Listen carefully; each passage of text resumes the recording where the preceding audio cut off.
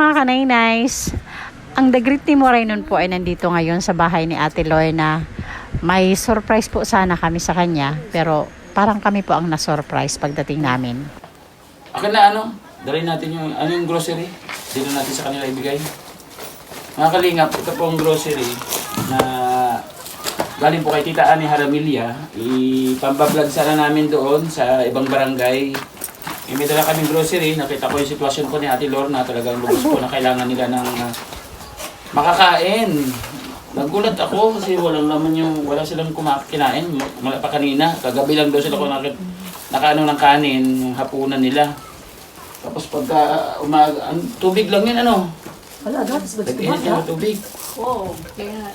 O, ito yung bigas. O, Joby, marunong ka magsaing? Ano ka magsaing? Sige na, magsaing ko, ha? Kaya kayo, buligan ko. Ay, ate, may dito. Marami may mga dilata. Ito, bigas. Ay, bigas. Gatas. Mga dilata. Hindi ko gawad lang. Tapos yung biscuit ng mga bata, ha? Ako rin mag-aral. Salamat, Tita Ani Haramilia. Pasensya ka na, dito ko binigay muna kay Ate Lorna yung groceries, yung pa-vlog natin sa iba. Kasi nakita ko naman sitwasyon niya talagang lubos na kailangan. Binisita po namin mga kalingap.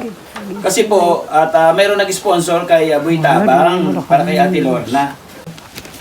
Kasi isa ito sa option, Ate Lorna. Gusto mo ba ito, Ate Lorna? Ha? Nasaan yung ulam nila? Meron na siyang buwan, saklay. Ito type na.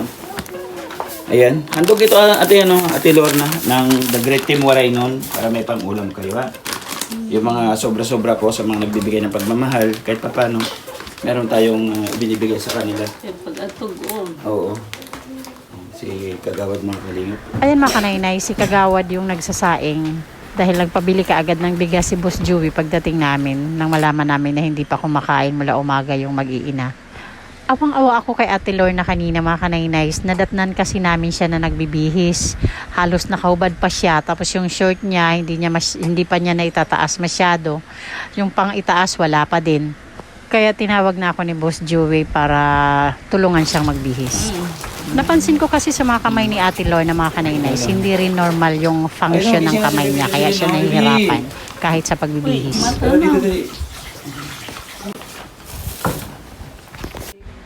Hello baby, ba't ang dami mo ng sugat, ha? Ay nako, kasi dyan sa kuko mo siguro yan, ang hahaba na Sige nga, magdala tayo ng nail cutter. Ate Lorna, pati yung ulo ni baby, sugat-sugat na. Thank you so much nga pala kay Ma'am Ay ng Baguio para sa saklay ni Ate Lorna. Napakalaking tulong po nito. Thank you po. Ate Lorna, magandang hapon sa'yo. Kumusta ka na? Ate Lorna, bakit naman bigla kang nalungkot? Ate Lorna, matanong ko lang, okay lang ba sa'yo yung umaalis si Kuya Jewel araw-araw na wala pa kayong isasaing? Hindi pa nakaligo si baby, pati ikaw, pati tubig, wala pa. Alog man, nag-alog si Jope. Okay. Pero yung mga personal mong kailangan sa katawan mo, napapag-usapan ba ninyo ni Kuya Jewel yun? Na dapat bago siya umalis, yung nakahanda dyan yung mga dapat ihanda kasi hindi ka makakilos. Napag-uusapan nyo ba yun? Pag nagbabalo siya bugas. Dahil upat. Wala pagantang. Pero nakakapag-usap naman kayo ni Kuya Jewel sa mga bagay-bagay dito sa loob ng bahay.